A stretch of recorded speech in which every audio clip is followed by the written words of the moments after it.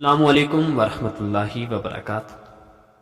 جب بھی پڑھے لکھے طبقے کے سامنے یہ بات کہی جاتی ہے کہ انبیاء کرام کو وہ نفس قدسی عطا کیا جاتا ہے جس میں خطا کی خاش باقی نہیں رہتی، اسی لیے ان کو معصوم کہتے ہیں، ان سے کوئی گناہ سرزد نہیں ہو سکتا کیونکہ وہ معصوم ہیں، ان کے نفس مطمئنہ اور اللہ پاک نے ان کے نفوس کو گناہوں سے پاک کیا ہوتا ہے۔ تو اگر کسی بھی وقت ادنا خدشہ بھی ہو تو وہی الہی ان کی دستگیری کرتی ہے۔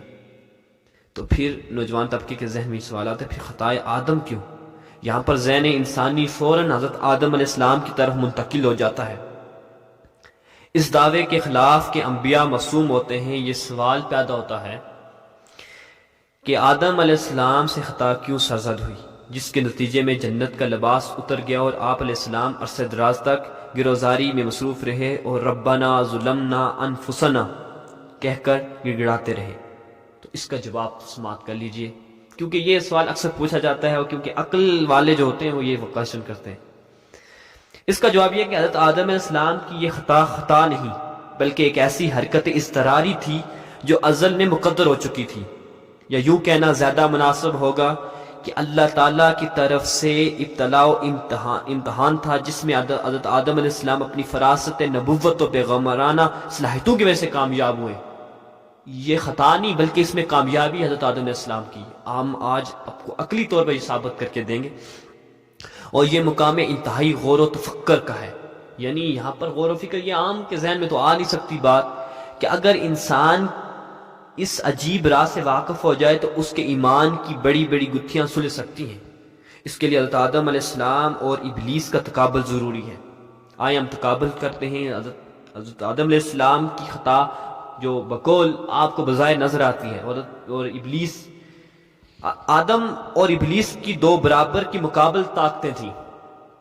جب حضرت آدم علیہ السلام کو نبوت ملی اور ابلیس بھی مقام انتہا پر تھا، حضرت آدم علیہ السلام کے ذریعے ابلیس کا اور ابلیس کے ذریعے حضرت آدم علیہ السلام کا امتحان لیا گیا۔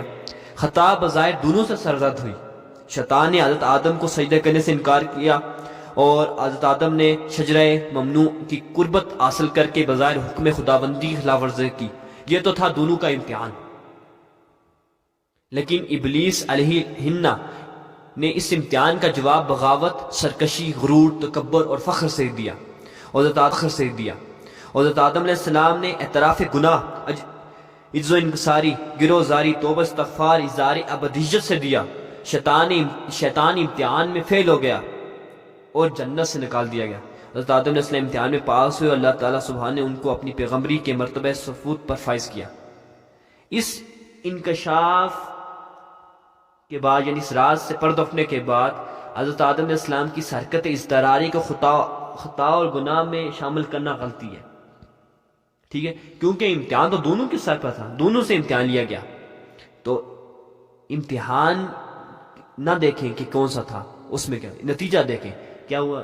شیطان کا امتحان ہے، اس نتیجے میں غرور تکبر کی۔ حضرت آدم کا امتحان ہوا، انہوں نے معافی مانگی، عجز و انکساری اپنائی، روئے، اللہ سے معافی مانگتے رہے۔ تو اس میں کامیابی کس کی ہے پھر؟ کیونکہ اگر خطا ہوتی اور اللہ معاف نہ کرتا تو پیغمبری پھر تو نہیں ملنی تھی نا۔ پیغمبری ملنے کا مطلب یہ ہے کہ اللہ پاک جب کسی خوش ہو جائے، تو اس لیے نتائج دیکھا کریں، ابتدا سے، یعنی کسی چیز کی ابتدا دے کر اس کا اندازہ مت لگائیں۔ تو اس لیے حضرت آدم کی خطا کا مرتکب ثابت کرنے کے لیے قرآن کی آیت اگر پیش کریں تو کہیں حضرت آدم علیہ السلام کا حکم صریح، یعنی اس کے اللہ تعالیٰ نے قرآن میں واضح فرما دیا کہ حضرت آدم سے بھول ہو گئے، ان کا ایسا کوئی ارادہ نہیں تھا۔ تو اگر وہاں دیکھا جائے انما الاعمال بالنیات، کہ اعمال کا دار و مدار تو نیتوں پر ہے، حضرت آدم کی نیت تو صاف تھی نا، تو بس اس لیے خطائے آدم جب بھی ہو جائے تو اس بات میں کبھی بھی نہ کریں۔ خطائے آدم نہیں بلکہ ان کی یہ کامیابی، اور یہ خطا نہیں بلکہ ایسے حرکت اضطراری تھی جو ازل سے مقدر ہو چکی ہے، ٹھیک ہے، یہ کہنا زیادہ مناسب۔